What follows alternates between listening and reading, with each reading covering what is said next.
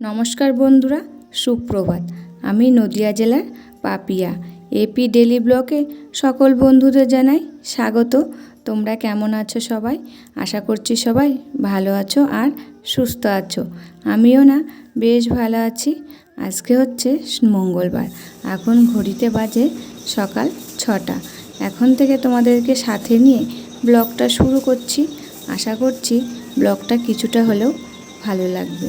আজকে সকাল থেকে রাত পর্যন্ত ফুল এনার্জি নিয়ে ম্যাশিংয়ের মতন কাজগুলোই করে গেলাম, সেটাই তোমাদের সঙ্গে শেয়ার করব। তবে যাই হোক বন্ধুরা, আজকের ভিডিওটা ঘর ঝাড় দিতে দিতেই শুরু করলাম। প্রথমে ঘর দুটো ঝাড় দিয়ে নিলাম।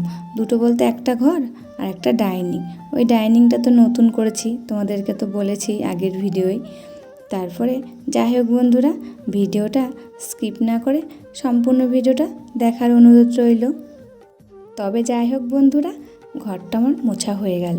তারপরে চলে এসেছি উঠোনটা ঝাড় দিতে। উঠোনটা দিনে একবারই ঝাড় পড়ে, কোনো দিন দুইবার পড়ে। যেদিন হাতে টাইম পাই সেদিনই দুইবার ঝাড় দেওয়া হয়, তা না হলে হয় না। আর তোমরা তো জানোই একা সংসারে যে কত কাজ একা হাতে সামলাতে হয়, তা একই কাজ ডবল করে করা অসম্ভব হয়ে পড়ে। তবে যাই হোক বন্ধুরা, উঠোনটা ঝাড় দেওয়া হয়ে গেল। এবার ব্রাশ করে মুখটা ধুয়ে নিচ্ছি, তারপরে একবারে স্নানটাও সেরে নেব। আমার স্নানটাও করা হয়ে গেছে। তবে যাই হোক বন্ধুরা, এই কয়দিন তো পুজো দিতে পারছি না, তাই তোমাদের সঙ্গে পুজোর ওটা শেয়ার করতে পারছি না। তাই স্নান করলে না একটা এনার্জি ভাবই আসে কাজে। তার জন্য সকালবেলায় আগে বাসি কাজ সেরে স্নানটা সেরে নিই। তারপরে এই যে ঘরের টুকিটাকি কাজগুলো করার তখন একটা এনার্জি চলে আসে। তারপরে যদি এক কাপ সঙ্গে চা পড়ে তাহলে তার কোনো কথাই নেই, এনার্জি একদম ফুল। তবে যাই হোক বন্ধুরা, তোমাদের সঙ্গে কথা বলতে বলতে আমার বেডরুমটাও গোছানো হয়ে গেল। বাসি বিছানা তুলে সব গোছগাছ করা হয়ে গেল। আমার ঘরে ফার্নিচার সেরকম নেই, যেটুকুই আছে সেটাকেই খুব যত্ন সহকারে গুছিয়ে রাখার চেষ্টা করি। এবার সোফাটাকেও গুছিয়ে নিলাম। সোফাটা দিনের মধ্যে অনেক কয়বার গোছাতে হয়, কেন সোফার পরে বসলেই তো সব কভারগুলো জড়ো হয়ে যায়, তখন আবার ঠিক করতে হয়। তবে যাই হোক বন্ধুরা, ঘরের কাজ কমপ্লিট করে চলে আসলাম রান্নাঘরে। গ্যাসটা মুছে নিলাম আর বাসনগুলো সব জায়গায় রেখে দিলাম। তারপরে এক কাপ চা খেয়ে নিলাম গন্ধরাজ লেবুর পাতা দিয়ে। আজকে তো ফুল এনার্জি। গন্ধরাজ লেবুর পাতা দিয়ে চা আমার খুব ভালো লাগে। বন্ধুরা, তোমাদের কেমন লাগে কমেন্ট করে জানিও।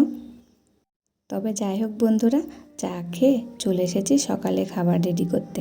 কালকের অনেকগুলো বাসি ভাত আছে, তাই মেয়ে বলল, মা ভাতগুলো ভাজা করো আলু পেঁয়াজ দিয়ে। তাই এই যে আলু পেঁয়াজ, তার মধ্যে কতগুলো পটলও দিয়ে দিয়েছি। দিয়ে ভালো করে ভেজে নিয়ে খানিকটা তুলে রেখেছি, জানো, যে ভাতের সঙ্গে আবার ওটা মুখে দেওয়ার জন্যে। তারপরে খানিকটা তুলে রেখে তার মধ্যে ভাত দিয়ে দিয়েছি। দিয়ে ভাতটা ভালো করে ভেজে নিয়েছি। এবার মেয়েকে খাইয়ে দেব। এই যে মেয়ের জন্য এখন ভাতটা তুলে নিচ্ছি প্লেটে। মেয়েকে খাইয়ে দিয়ে মেয়ের থালায় আমি একেবারে খেয়ে নিয়েছি। আবার একটা নিজের জন্য থালা এঁঠো করব, নিজেরই খাটনি হবে, তাই ভাবলাম মেয়ের থালায় একেবারে খেয়ে নিই। এরকম খাওয়া কমপ্লিট হয়ে গেছে। এবার বাসনগুলো মাজতে চলে এসেছি। আর ওই বাটিটাকে দেখালাম, দেখেছো, কালকে জানো দুধ উতলিয়ে পড়েছে, দি বাটিটা অনেকটাই পুড়ে গেছে। আমার মাজতে অনেকটাই বেশ টাইম লেগে গেল বাটিটা। বাসনগুলো ধুয়ে জানো এক ফোঁটাও বসিনি। বাসনগুলো ধুয়ে এসেই জামা কাপড়গুলো ভেজানো ছিল, সেই বালতিটা নিয়ে এসে বসেছি। এই যে কথাই বলে না, মানুষের নিঃশ্বাসে বিশ্বাস নেই, রোদ্দুরের হয়েছে তাই। এই রোদ্দুর, এই বৃষ্টি, 5 মিনিট রোদ্দুর তো 2 মিনিট বৃষ্টি হচ্ছে। তাই ভাবলাম যে একেবারে জামা কাপড়গুলো কেচে ধুয়ে ছাদে নেড়ে দিয়ে এসেই বসবো। জানো, নাড়তে নাড়তে দেখছি কয়েক ফোঁট বৃষ্টি পড়ছে। তা ভাবলাম যে বৃষ্টি নাও হতে পারে, নেড়ে দিই। তা নেড়ে দিয়েছিলাম বন্ধুরা, বৃষ্টি কিন্তু হয়নি। আমার জামা কাপড়গুলো একেবারে শুকিয়েই গেছিল। তবে যাই হোক বন্ধুরা, আমার গলার ভয়েসটা খুব একটা ভালো না, প্লিজ তোমরা একটু মানিয়ে নিও। ভিডিওর এই পর্যায়ে এসে আমার প্রিয় বন্ধুদের কাছে ছোট্ট একটা রিকোয়েস্ট করে যাই।